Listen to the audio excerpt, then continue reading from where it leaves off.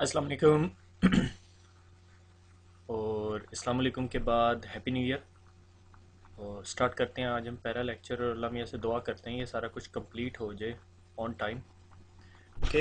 Lecture one. कल सिर्फ मैंने इंट्रोडक्शन दिया था आप लोगों को कि CCNA सर्टिफिकेशन क्या है और एग्ज़ाम नंबर और ऑल द स्टफ। आज हम बुक देखेंगे और कुछ basic stuff, initial information like LAN वैन और इंटरफेसेस क्या हैं, केबल्स क्या हैं। मैंने एक दूसरे टीचर को कह दिया आप लोगों के लिए वो एक वीडियो क्रिएट कर देंगे कि how to make a ethernet cable और ऑल दो स्टफ। तो इंशाल्लाह वो भी अपलोड हो जाएगी जल्द अज जल्द। मैंने वीडियो के नीचे जो सा ये लेक्चर वन लिख दिया CCNA। तो इनिशियली जो पहले 5-6 लेक्चर जो से हैं मैं अभी उनकी प्रेजेंटेशन बना रहा हूँ, वो रफली होंगे 15 मिनट के, 15-20 मिनट के, ताकि आपका टेम्पो बन जाए और उसके बाद ताकि मेरा भी बन जाए साथ साथ, क्योंकि इतना टाइम नहीं होता। तो शुरू करते हैं CCNA। So where you can find us Urdu IT academy blog spot. और ये जी IT अकेडमी की जो ब्लॉग स्पॉट की वेबसाइट है ये पड़ी हुई है।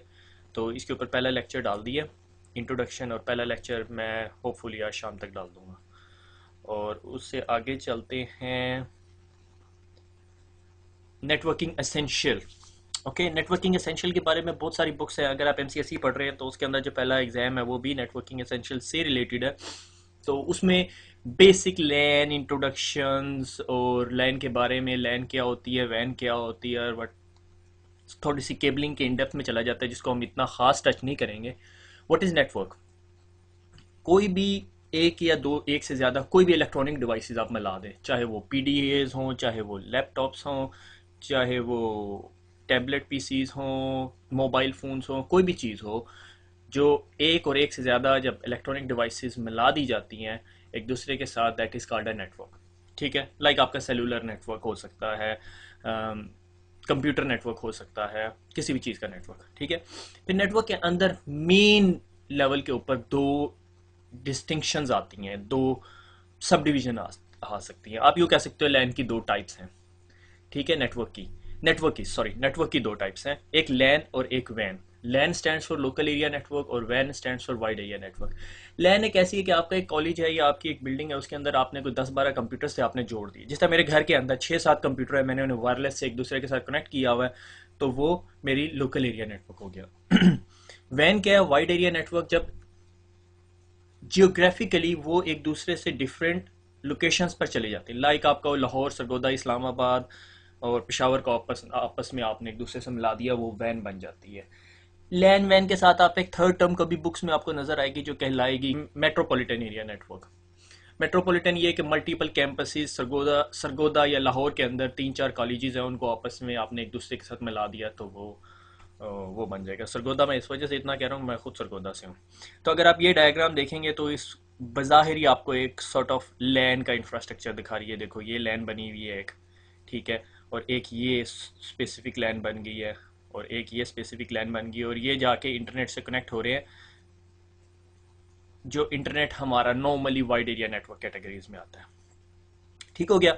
सो इन शॉर्ट, लैन एक ऐसी चीज जो एक बिल्डिंग के अंदर है, जब बिल्डिंग से बाहर निकल जाती है, सिटीज में चली जाती है, कंट्रीज में चली जाती है, कॉन्टिनेंट्स में चली जाती है, तो वो वैन बन जाती है।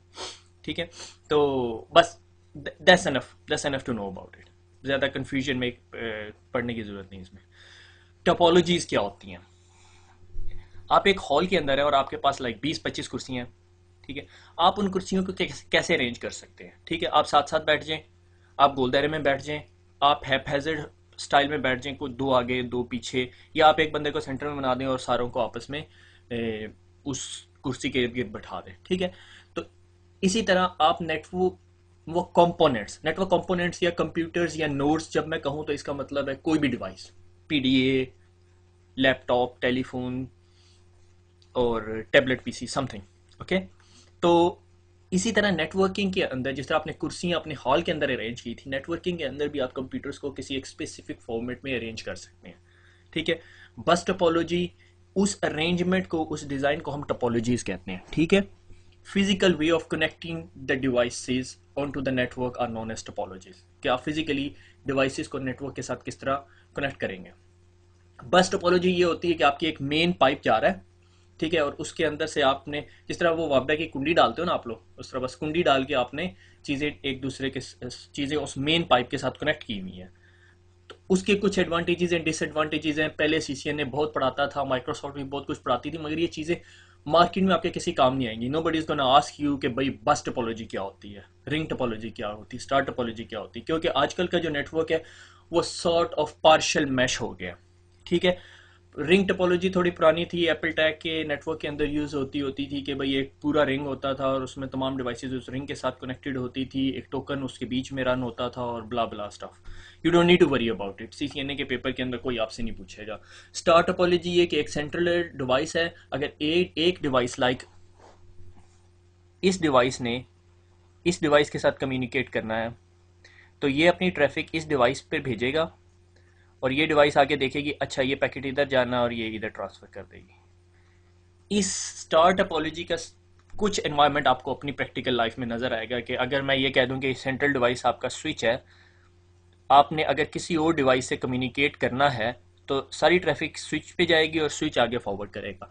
तो हमारा जो करंट नेटवर्क है हम सॉर्ट ऑफ कह सकते हैं कि वो स्टार टोपोलॉजी है। मैश नेटवर्क क्या होता है कि मेरे पास ये, अब मुझे नहीं पता कि आपके पास कैसी आ रही होगी ये, आई होप आप लोग देख सकते हो। ठीक है, पता चल जाएगा वरना मुझे फीडबैक मिल जाएगी कुछ देर तक। हर कंप्यूटर दूसरे कंप्यूटर के साथ किसी तरह ना किसी तरह कनेक्ट हुआ हुआ है। ठीक है, आप ये कह दो कि ये इसके साथ भी कनेक्ट हुआ हुआ है, ये इसके साथ भी कनेक्ट हुआ हुआ है।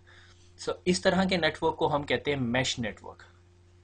ठीक है, कि हर डिवाइस की दूसरी डिवाइस के साथ किसी और ना किसी और तरह आपस में डायरेक्ट कनेक्टिविटी है। That's sort of a mesh network. Internet हमारा बहुत अच्छी एग्जांपल है मैश नेटवर्क की, कि पाकिस्तान में जो कंप्यूटर पड़ा हुआ है वो अमेरिका में कंप्यूटर जो पड़ा हुआ है उसके साथ किस तरह कनेक्टेड है, वो सिंगापुर इंटरनेट एक्सचेंज से भी कनेक्टेड है, वो दुबई से भी आ रही है ट्रैफिक, अफ्रीका से भी जा सकती है, यूरोप से भी जा सकती है। We have a multiple paths on the internet. ठीक है, क्योंकि हम एक पाथ के ऊपर रिलाई नहीं कर सकते।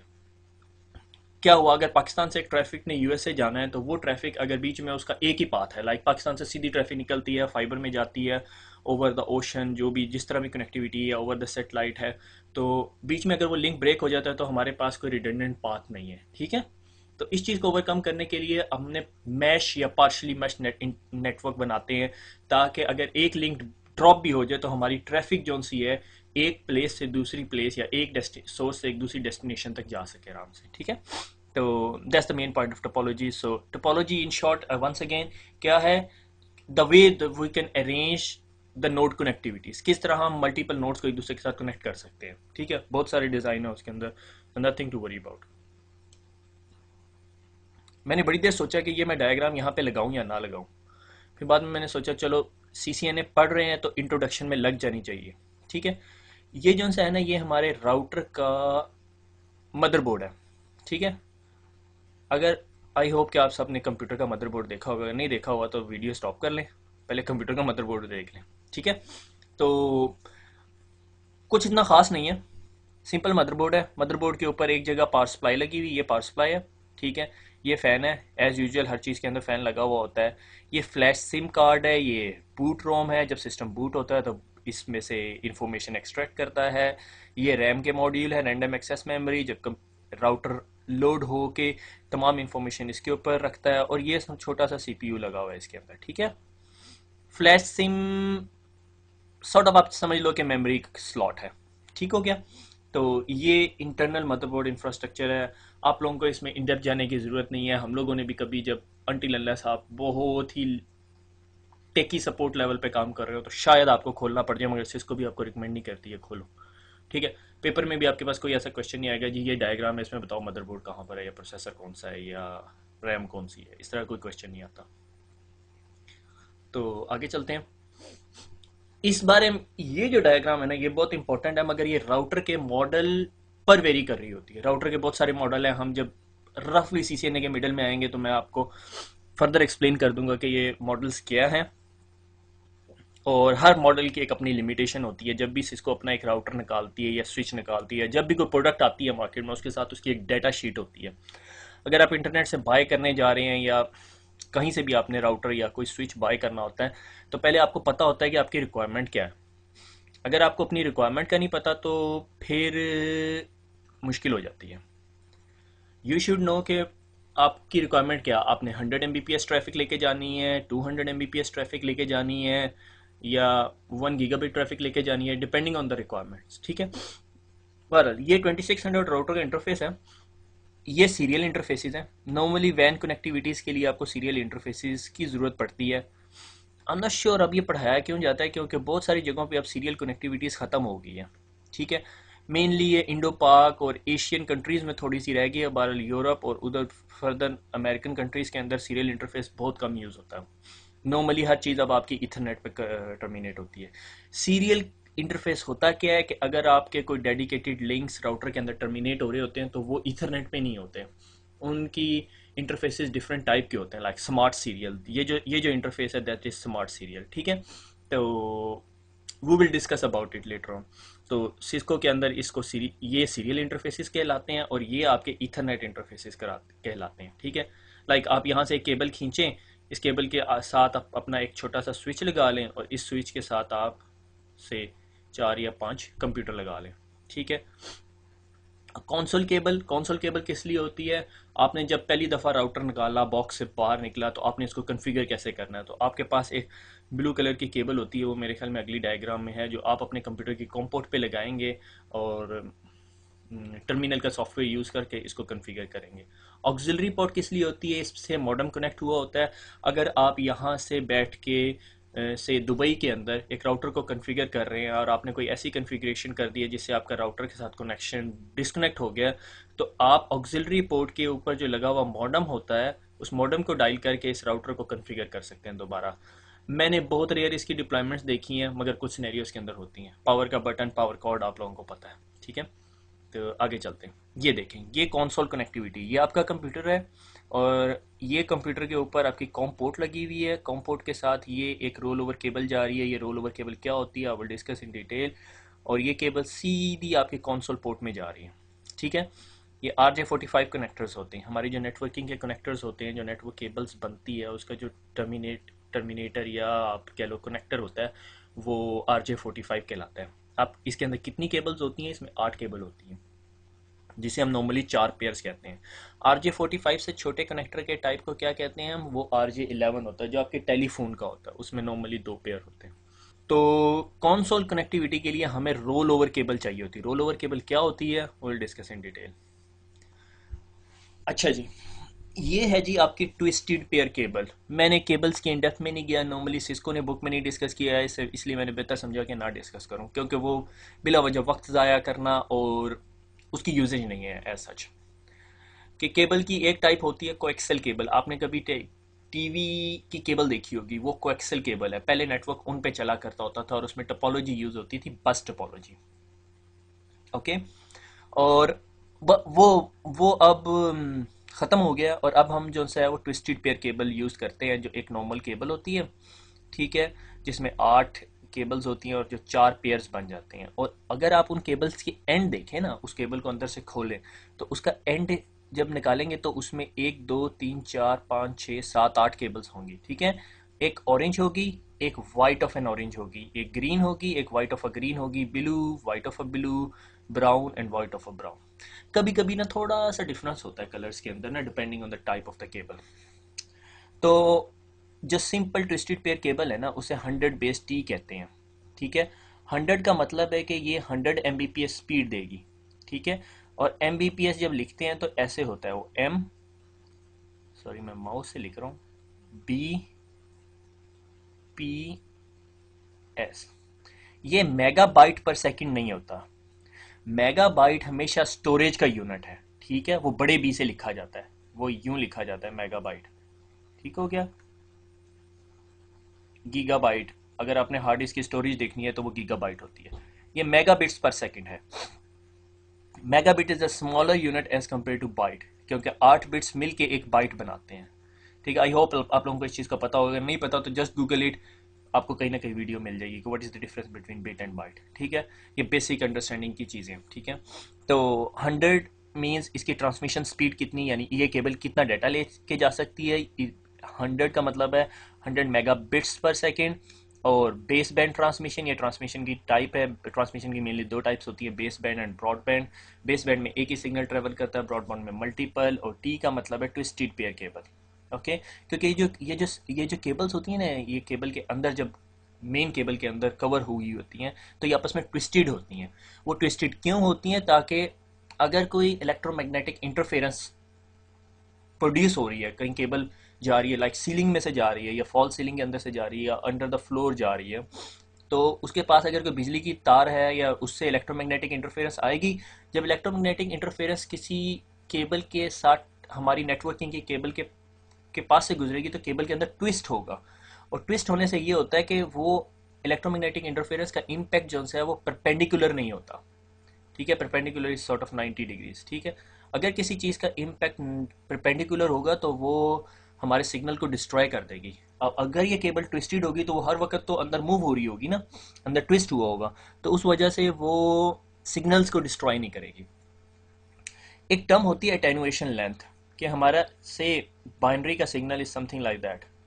ठीक है, 10101010। ओके, ये सिग्नल इतना पावरफुल नहीं होता क्योंकि डिजिटल सिग्नल्स हैं 1 और ये 0 से। ठीक है, तो ये थोड़े अर्सा ट्रैवल करने के बाद ना ये डिस्ट्रॉय होना शुरू हो जाता है, बहुत छोटा हो जाता है, और एक लेवल ऐसा आता है कि वो ना बिल्कुल इस तरह का हो जाता है जिसमें आप 0 1s निकाल ही नहीं सकते। ये एरिया कहलाता है अटेन्युएशन लेंथ।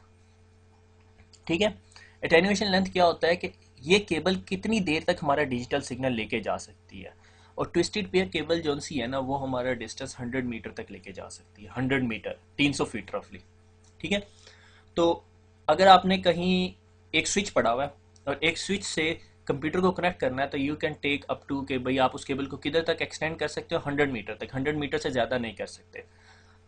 सवाल ये पैदा होता है, अगर 100 मीटर से ज़्यादा करना है तो क्या करो? दो ऑप्शन है, या आप अपना मीडिया चेंज कर लो, यानी आप ईथरनेट जो ये आप कॉपर यूज़ कर रहे हो, ट्विस्टेड पेयर केबल यूज़ कर रहे हो, इसकी जगह फाइबर यूज़ करना शुरू कर दो। ठीक है, इट्स अ डिफरेंट स्टोरी। मैं आपको फाइबर की पिक्चर दिखा दूंगा, I am not gonna discuss about it, क्योंकि CCNA लेवल की वो चीज़ नहीं है। ठीक है, वो technician telecom sort of stuff आ जाता है उसमें।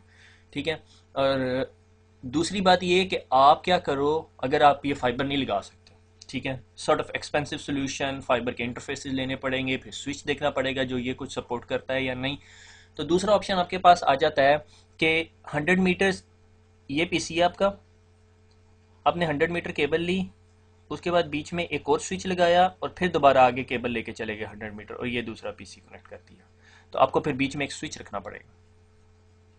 ठीक है, तो इस तरह आप अपनी ईथरनेट केबल को एक्सटेंड कर सकते हैं, और कोई सोल्यूशन नहीं है।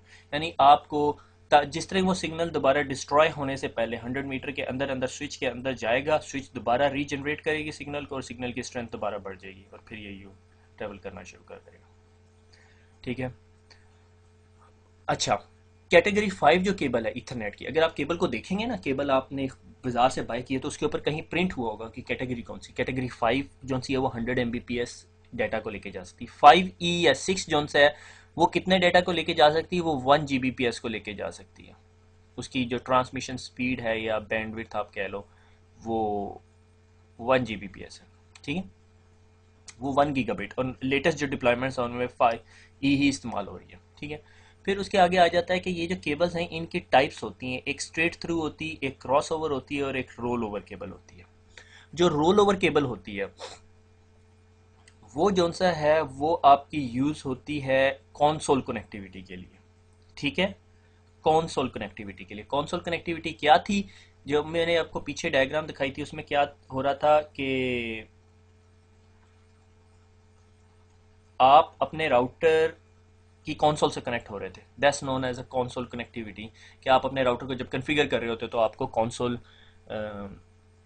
से कनेक्ट करना होता है, उसके लिए आपको रोल ओवर केबल चाहिए होती है। रोल ओवर केबल क्या होती है कि एक एंड पे जो केबल लगी हुई होती है उसकी जो केबल का कम्बिनेशन है वो स्ट्रेट होता है, यूं होता है, लाइक से ये कम्बिनेशन है, और दूसरी साइड पे जो पिन नंबर 1 है उस पे पिन नंबर 8 वाली केबल होती है। लाइक अगर मेरे पास एक साइड की केबल जो सी है उसका कम्बिनेशन, यानी अगर मैंने रोल ओवर केबल पकड़ी हुई है और एक साइड का कम्बिनेशन है 1 2 3 4 5 6 7 8 और ये कलरिंग है white of N orange, orange white of a green, blue white of a blue, green white of a brown, brown. तो दूसरी साइड पे क्या होगा, ब्राउन पहली पिन, यानी यहाँ पे ये वाली केबल जो सी है ये इस पे ये वाली केबल लगी होगी, ब्राउन, फिर वाइट ऑफ अ ब्राउन, फिर ग्रीन, फिर वाइट ऑफ अ ब्लू, फिर ब्लू, फिर white of a green, orange, फिर वाइट ऑफ एन ऑरेंज। यानी ये जो वाइट ऑफ एन ऑरेंज होगी ये पिन नंबर 8 पर होगी। समझ आ गई? यानी अगर आपने केबल के दोनों कनेक्टर्स पकड़े हुए हैं तो एक साइड पे जो सा है वो 1 2 3 4 5 6 7 8 चल रहा होगा और दूसरे पे 8 7 6 5 4 3 2 1 चल रहा होगा। ये रोल ओवर केबल होगी। क्रॉस ओवर केबल कहाँ यूज होती है? क्रॉस ओवर केबल हमेशा वहां पे यूज होती है जहां पर आपने दो सिमिलर डिवाइसेस के दरमियान कम्युनिकेशन करवानी हो। Straight rule, rule of a thumb आप इसे कह सकते हो। दो स्विचेस को आपस में कनेक्ट करना है, आपको क्रॉस ओवर केबल चाहिए। दो कंप्यूटर्स को आपस में कनेक्ट करना है, क्रॉस ओवर केबल चाहिए। दो राउटर्स को कनेक्ट करना है, क्रॉस ओवर केबल चाहिए। क्रॉस ओवर केबल में क्या होता है, मैं अब उसको दोबारा इस तरह डिटेल में नहीं बताऊंगा। 1 2 जो सा है वो इस दूसरे इंटरफेस पे 3 6 बन जाएगा और 3 6 1 2 बन जाएगा। मैं आगे आपको डायग्राम में बताता हूँ। स्ट्रेट थ्रू केबल क्या होती है कि जो कम्बिनेशन एक साइड पर है वही कम्बिनेशन दूसरी साइड पर होगा। ठीक है, that is straight through cable. कोई भी दो सिमिलर डिसिमिलर डिवाइसेस, ठीक है, लाइक कंप्यूटर को अपने राउटर से कनेक्ट करना है, कंप्यूटर को स्विच से कनेक्ट करना है, सारा कुछ यही है, स्ट्रेट थ्रू केबल में यूज होगा। ठीक है, ओके आगे चलते हैं। Cross over cable. Cross over cable जैसे मैंने आपको बताया था कि दो सिमिलर डिवाइसेस के दरमियान यूज होता है। RJ45 का ये प्लग बना हुआ है, let me just grab my pen. ये RJ45 का कनेक्टर बना हुआ है, बिल्कुल उसी तरह जिस तरह टेलीफोन का, कोई बड़ी चीज़ नहीं है, कोई रॉकेट साइंस नहीं है जो आपको समझ ना आए। 87654 321 ये कम्बिनेशन सामने फ्रंट से आपको कनेक्टर दिखा रहा है, ये बिल्कुल टॉप से दिखा रहा है, और ये जो सा RJ45 का जैक है जिसके अंदर ये कनेक्टर जाता है। नॉर्मली ये इंटरफेस या पोर्ट कहलाती है जो आपके राउटर पर हो सकती है, स्विच पे हो सकती है। क्रॉस ओवर केबल देखें, जिस तरह मैंने आपको बताया 1 2 जो सी हैं वो दूसरे साइड पे 3 और 6 बन जाएंगी, और 3 और 6 जो से हैं वो दूसरी साइड 1 और 2 बन जाएंगी। ठीक है, सॉरी मैं थोड़ा कंफ्यूज हो गया था। ठीक है, क्योंकि लिमिट वो स्टैंडर्ड्स ERTI के स्टैंडर्ड्स आ जाते हैं। ठीक है, उसमें आपको परेशान होने की जरूरत नहीं, और आपके लिए ये भी लाजमी नहीं है कि यहाँ से ग्रीन से शुरू करें, बस आपने कम्बिनेशन एक जैसे रखने।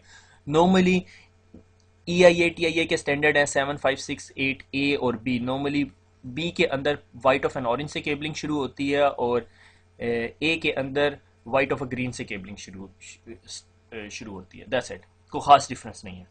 ठीक है, आपकी मर्जी है, आप यहाँ पे वाइट ऑफ अ ब्लू से करनी शुरू कर दें, मगर आपने रूल एक ही रखना है। स्ट्रेट थ्रू केबल में जो कम्बिनेशन यहाँ पे वही कम्बिनेशन यहाँ पे। क्रॉस ओवर में 1 2 को 3 6 के साथ रिप्लेस कर देना दूसरी साइड पे। रोल ओवर में 1 2 3 4 5 6 7 8 8 7 6 5 4 3 2 1, that's it. Roll over cable once again, console connectivity, straight through cable, two dissimilar devices, crossover cable, two similar devices, दो स्विचेस के दरमियान, दो राउटर्स के दरमियान, दो कंप्यूटर्स के दरमियान। ये फाइबर केबल है। फाइबर केबल बहुत पतली सी होती है, इसके अंदर जो सी है वो लाइट ट्रेवल कर रही होती है और मल्टी मोड, सिंगल मोड, और इसमें बहुत सारी कम्बिनेशंस हैं। There is no point of discussing it, क्योंकि इवन से इसको आपको ये इंटरफेसेस भी नहीं पढ़ाती। आगे चलते हैं, मेरे ख्याल में वही हम लोग ऑलमोस्ट अपने लेक्चर के एंड पर पहुंच गए हैं। ये CCNA की बुक है जिसको मैं मेनली फॉलो करूंगा। ये सेकंड एडिशन है, लेटेस्टली आया है, 640 822 इसका एग्ज़ाम नंबर के लिए है, सेकंड एडिशन है। आप लोग बाय कर लें मार्केट से, आपको इजीली अवेलेबल है, और कहलाती है interconnecting Cisco network devices second edition. You can easily find in the market, just by it. कोई इतनी मुश्किल किताब नहीं है जो आपको मिले ना, आपको शायद इंटरनेट से भी मिल सकती है, आप अमेज़ोन से ऑर्डर कर लें। ठीक हो गया। और इसका जो सा है एक क्विक व्यू देखते हैं। बिल्डिंग अ सिंपल नेटवर्क पहला चैप्टर है, कोई बड़ी बात नहीं है। मेरे ख्याल में मैं अगले लेक्चर के अंदर इसको पूरे को कंप्लीट करने की कोशिश करूंगा, मगर इसमें थोड़ी सी बेसिक्स है कि सिक्योरिटी क्या है, सिक्योरिटी की टाइप्स क्या है, हमने इसको वाइड कैसे करना है, इथरनेट लैन क्या है। चैप्टर नंबर 2 के अंदर हम इथरनेट लैन पढ़ेंगे। Chapter number 3 wireless LAN. This is the new admission from Cisco, कि सिस्को ने जो है वो वायरलेस को भी थोड़ा टच किया है इस बार। ठीक है, मैं देखूंगा। नॉर्मली पहले मैं आपको थ्योरी पढ़ाऊंगा और उसके बाद फिर मैं लैब के अरेंजमेंट्स करवाऊंगा। मे भी थ्योरी के दरम्यान मैं GNS3 को यूज़ करते हुए आपको बेसिक इंट्रोडक्शन दे दूं कि राउटर को कैसे कन्फिगर करना है। Once you have your concept straight, आपको एक दफ़ा कॉन्सेप्ट समझ आ गया तो फिर आपके लिए कन्फिग्रेशन कोई मसला नहीं होगी। बिलीव मी, आपके साथ कभी ऐसा नहीं होगा कि आपको बैठे हुए और आपको फ़ौरन कन्फिग्रेशन करनी पड़ेगी। कि हमेशा नेटवर्क के अंदर जब भी कन्फिग्रेशन होती है, network is sort of a field कि कंपनी ने अगर भी नेटवर्क के अंदर कोई भी चेंजेस करनी है तो दे अरेंज द डाउन टाइम। मैं नॉर्मली अपनी पुलिस को कहा करता होता हूँ कि नेटवर्किंग वाले तो तब काम करते हैं जब बाकी काम नहीं कर सकते, क्योंकि ज़ाहिर हम लोगों ने नेटवर्क डाउन करना होता है मोस्ट ऑफ द टाइम। ठीक हो गया। लाइक आपने राउटर का iOS अपग्रेड करना है, you need a router to be restarted. ठीक है, तो you need a downtime. ऐसे नहीं होगा कि आप उठे आपका बॉस आया जी रीस्टार्ट कर दो, ऐसे कभी नहीं होता, क्योंकि बहुत सारे लोग नेटवर्क पे काम करेंगे, सब लोग अफेक्ट हो जाते हैं। ठीक है, but that depends on the company scenario. Company scenario क्या है, कॉलेजेस की लैब है तो कोई मसला नहीं है। ठीक है ना, उसमें कोई मसला नहीं होता, स्टूडेंट चीखेगा चलाएगा, थोड़ी देर बाद चला देंगे दोबारा। ठीक हो गया। ईथरनेट लैन हो गया, वायरलेस लैन हो गया, लैन कनेक्शंस, लैन के कनेक्शंस कैसे स्टैब्लिश करने हैं, वैन connection, network environment management and answers to chapter review question. Chapter review आप लोगों ने खुद करना है, मैं आपको यहाँ पे कुछ नहीं करवाऊंगा। ऐसे ऐसे सी कोई एक्सरसाइज या क्विजीज इस तरह का कोई चक्कर नहीं होगा। Just go through the training, main concept theory, mainly theory cover करूंगा मैं। ठीक है, लैब्स तो कोई मसला नहीं है, अगर आपको एक दफ़ा थ्योरी मिल गई तो मैं आपको सजेस्ट करता हूँ CBT नगेट्स के अंदर दोबारा पढ़ेंगे तो आपको प्रैक्टिकल लैब्स मिल जाएंगी। मैं कोशिश करूँगा कि लैब सारी कवर्स करूँ, इंशाल्लाह कोई मसला नहीं होना चाहिए, मगर I can not commit at the moment. मैं फर्स्ट प्रायोरिटी ये है कि मैं थ्योरी कंप्लीट कर लूँ। ठीक है, तो आई विल सी कि भाई सेकंड लेक्चर की प्रेजेंटेशन को इतनी लंबी नहीं है, मगर मैंने मेरे ख्याल में 6 या 7वें पेज पर हूँ इस टाइम। तो I would try my level best. अगर मुझे सुबह टाइम मिलता है तो इंशाल्लाह मैं कल शाम को दोबारा वो फिल करके और अपलोड करूँगा, क्योंकि मसला ये है कि मुझे रिकॉर्डिंग करने के बाद एक दफ़ा प्रूफ लिसनिंग भी करनी पड़ती है। ठीक हो गया। ओके, अल्लाह हाफिज़, तो फिर मिलते हैं।